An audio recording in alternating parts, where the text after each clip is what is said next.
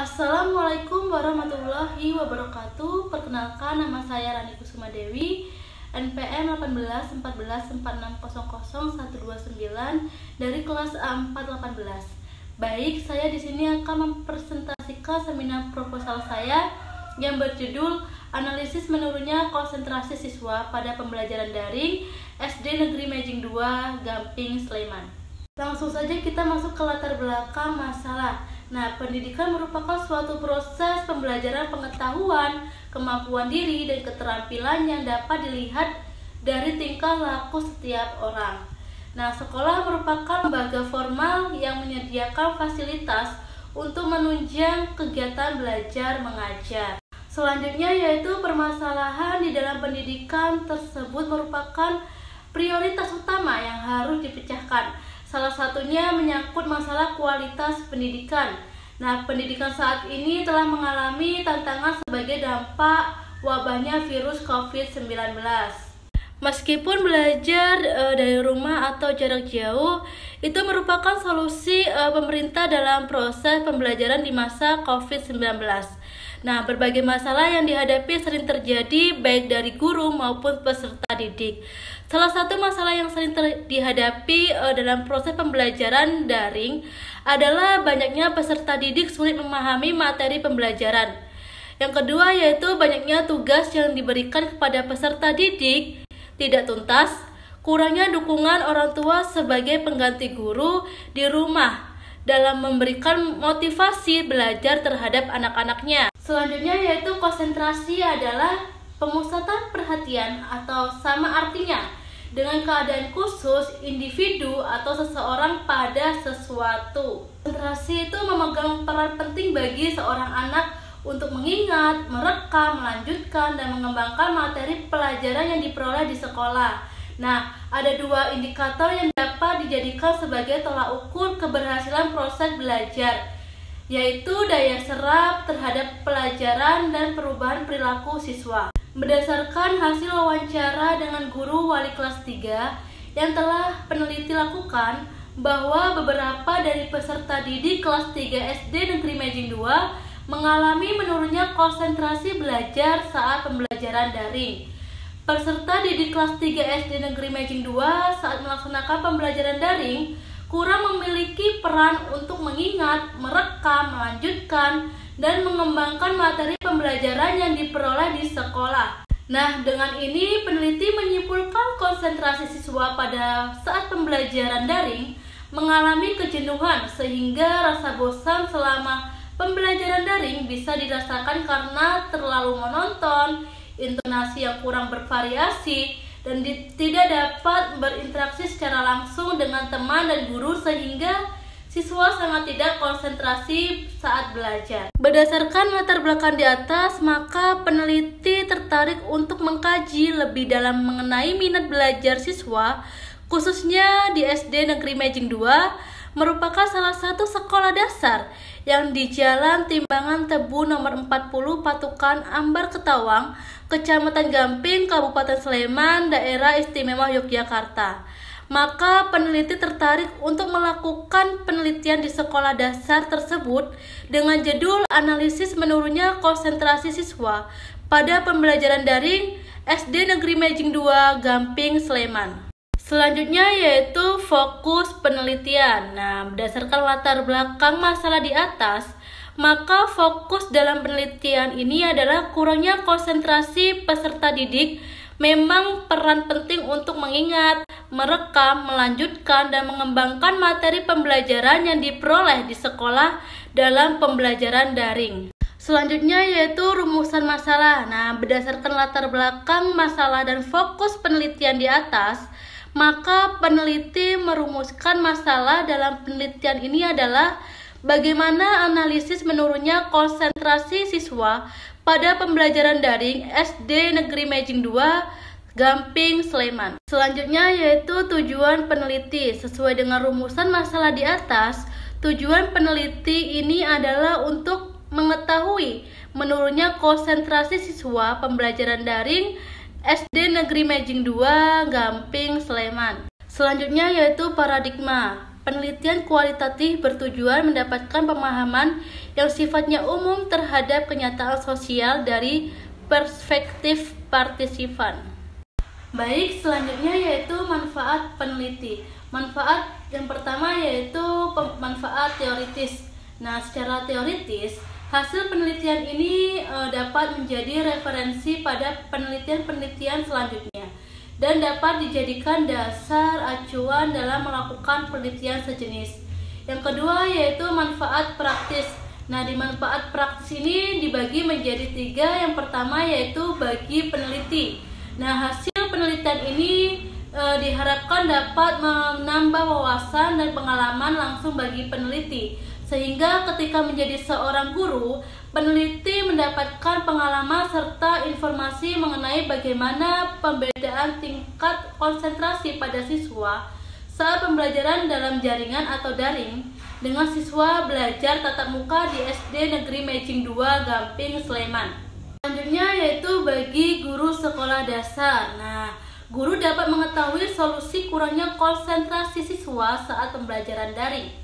Sedangkan bagi sekolah yaitu hasil penelitian ini diharapkan dapat dijadikan bahan untuk melakukan evaluasi pembelajaran dan peningkatan mutu pendidikan agar proses belajar di masa pandemi dapat lebih baik lagi. Selanjutnya yaitu landasan teori. Nah, di landasan teori ini terdapat pengertian pembelajaran. Nah, pembelajaran adalah proses interaksi pendidik dengan peserta didik dan sumber belajar yang berlangsung dalam suatu lingkungan belajar. Nah, di sini juga terdapat komponen-komponen belajar. Nah, pembelajaran dapat dikatakan sebagai suatu sistem karena pembelajaran merupakan suatu kegiatan yang memiliki tujuan yaitu membelajarkan. Baik, berikut adalah komponen-komponen dalam pembelajaran. Yang pertama yaitu ada guru dan siswa. Nah, guru adalah pelaku utama yang merencanakan, mengarahkan, dan melaksanakan kegiatan pembelajaran yang terdapat dalam upaya memberikan sejumlah ilmu pengetahuan kepada peserta didik di sekolah. Baik, yang selanjutnya yaitu tujuan pembelajaran. Nah, tujuan pembelajaran adalah faktor yang sangat penting dalam proses pembelajaran. Dengan adanya tujuan, maka guru memiliki pedoman dan sasaran yang akan dicapai dalam kegiatan mengajar. Nah, sedangkan yang ketiga yaitu materi pembelajaran. Nah, materi pembelajaran adalah substansi yang akan disampaikan dalam proses belajar mengajar. Nah, tanpa adanya materi pembelajaran, proses belajar mengajar tidak akan berjalan. Yang selanjutnya yaitu metode pembelajaran. Metode pembelajaran didefinisikan sebagai cara yang digunakan guru dalam menjalankan fungsinya dan merupakan alat untuk mencapai tujuan pembelajaran. Yang kelima yaitu alat pembelajaran. Nah, alat pembelajaran adalah media yang berfungsi sebagai alat bantu untuk memperlancar penyelenggaraan pembelajaran agar lebih efisien dan efektif dalam mencapai tujuan pembelajaran. Yang terakhir yaitu evaluasi. Nah, di evaluasi ini merupakan komponen terakhir dalam sistem pembelajaran. Evaluasi bukan saja berfungsi untuk melihat keberhasilan siswa dalam pembelajaran, akan tetapi juga berfungsi sebagai umpan balik guru atas kinerja yang telah dilakukan dalam proses pembelajaran. Baik, selanjutnya yaitu kajian pembelajaran daring. Nah, daring itu merupakan istilah bahasa Indonesia.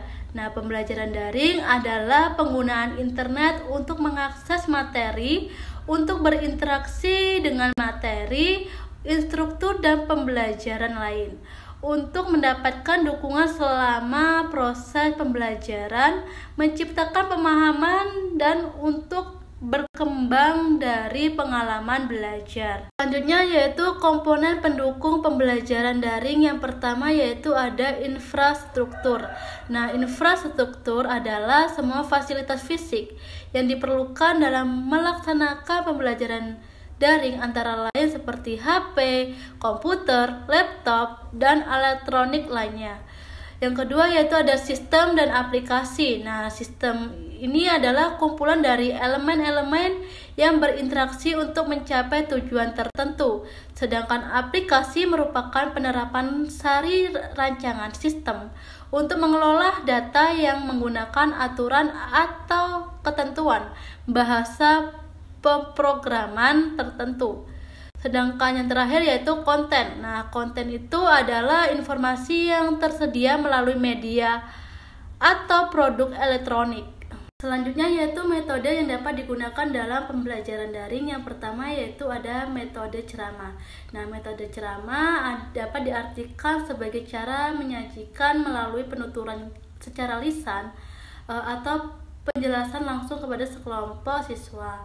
Yang kedua yaitu metode diskusi. Nah, di metode diskusi ini adalah cara penyajian pembelajaran di mana siswa-siswa dihadapkan kepada suatu masalah yang bisa berupa pertanyaan-pertanyaan yang bersifat problematis untuk dibahas dan dipecahkan bersama.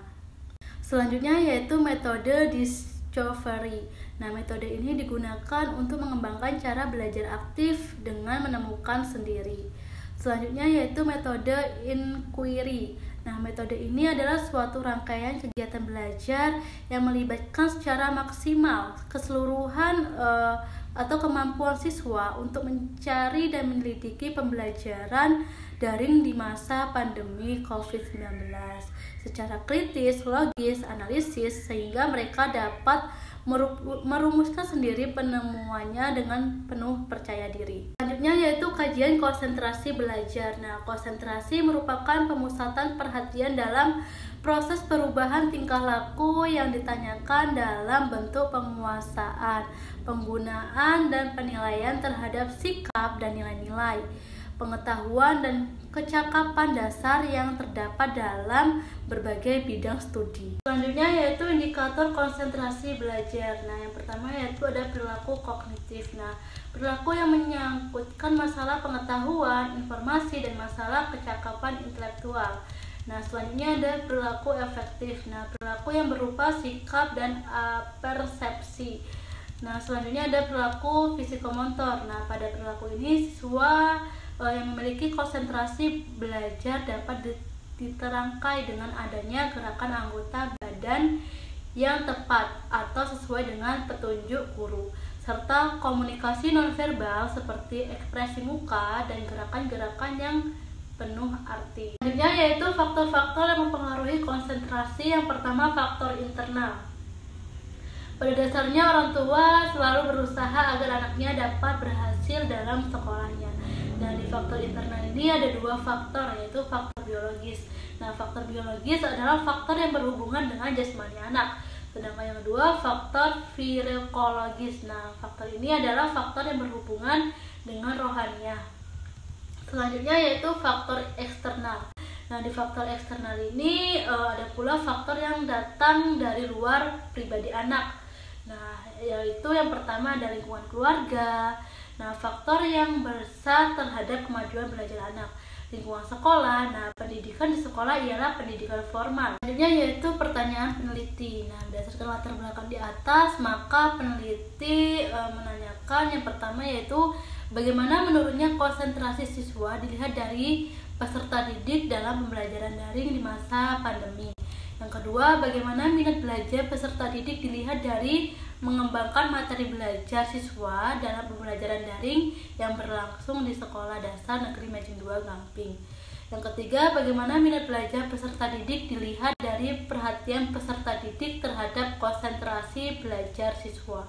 Yang terakhir yaitu bagaimana minat belajar peserta didik dilihat dari cara siswa merekam, mengingat, melanjutkan, dan mengembangkan materi. Selanjutnya yaitu metode penelitian. Nah, di metode penelitian ini yang pertama yaitu latar penelitian. Nah, latar penelitian ini peneliti dilaksanakan di Sekolah Dasar Negeri Majeng 2 Gamping, Sleman. Waktu yang digunakan dalam peneliti ini adalah bulan Oktober tahun 2021. Selanjutnya cara penelitian. Nah, penelitian kualitatif adalah penelitian yang bermaksud untuk memahami fenomena tentang apa yang dialami oleh subjek peneliti, misalnya perilaku, persepsi, motivasi, tindakan, dan lain-lain secara holistik dan dengan cara deskripsi dalam bentuk kata-kata dan bahasa pada suatu konteks khusus yang alamiah dan dengan memanfaatkan berbagai metode alamiah. Selanjutnya yaitu data dan sumber data. Nah, data dalam penelitian ini dibedakan menjadi dua, yaitu data primer dan data sekunder. Nah, data primer yaitu data yang dikumpulkan oleh peneliti secara langsung dari sumbernya. Sedangkan data sekunder dalam penelitian ini yang menjadi data sekunder yaitu dokumentasi yang dijadikan sebagai penguat data yang telah didapatkan sebelumnya. Selanjutnya yaitu teknik pengumpulan data. Nah, di teknik pengumpulan data ini peneliti menggunakan 3 teknik. Yang pertama yaitu observasi. Nah, observasi ini bertujuan untuk mencatat, menganalisis, dan membuat kesimpulan tentang analisis menurunnya konsentrasi belajar siswa pada pembelajaran daring SD Negeri Mejeng 2, Gamping, Sleman. Yang kedua yaitu wawancara. Nah, di teknik wawancara ini peneliti menggunakan wawancara semi terstruktur. Nah, wawancara ini pelaksanaannya lebih bebas dibandingkan wawancara terstruktur. Wawancara ini bertujuan untuk menemukan informasi terkait konsentrasi belajar siswa pada pembelajaran daring di SD Negeri Mejeng 2, Sleman. Yang terakhir yaitu teknik dokumentasi. Nah, pada penelitian ini peneliti menggunakan dokumen berupa proses kegiatan belajar pada pembelajaran daring. Dokumen bisa berbentuk kreatif siswa dalam berkomunikasi di WA group atau di via Zoom, tulisan seperti catatan harian atau PR yang harus dikirimkan melalui gambar berupa foto. Dokumentasi ini digunakan untuk memperoleh gambaran tentang kecocokan data hasil penelitian sehingga dapat memperkuat hasil penelitian. Selanjutnya yaitu analisis data. Nah, di analisis data ini terdapat triangulasi sumber. Nah, data-data yang dikumpulkan adalah data yang berkaitan dengan analisis menurunnya konsentrasi belajar pada pembelajaran daring di SD Negeri Mejeng 2, Gamping, Sleman. Nah, yang selanjutnya yaitu triangulasi teknik. Nah, peneliti mengumpulkan data mengenai analisis menurunnya konsentrasi belajar siswa pada pembelajaran daring di SD Negeri Mejeng 2, Gamping, Sleman dengan teknik observasi, kemudian dicek dengan wawancara, lalu diperkuat dengan teknik dokumentasi. Baik, sekian presentasi seminar proposal saya. Apabila terdapat kekurangan dan kesalahan, saya mohon maaf. Saya akhiri. Wassalamualaikum warahmatullahi wabarakatuh.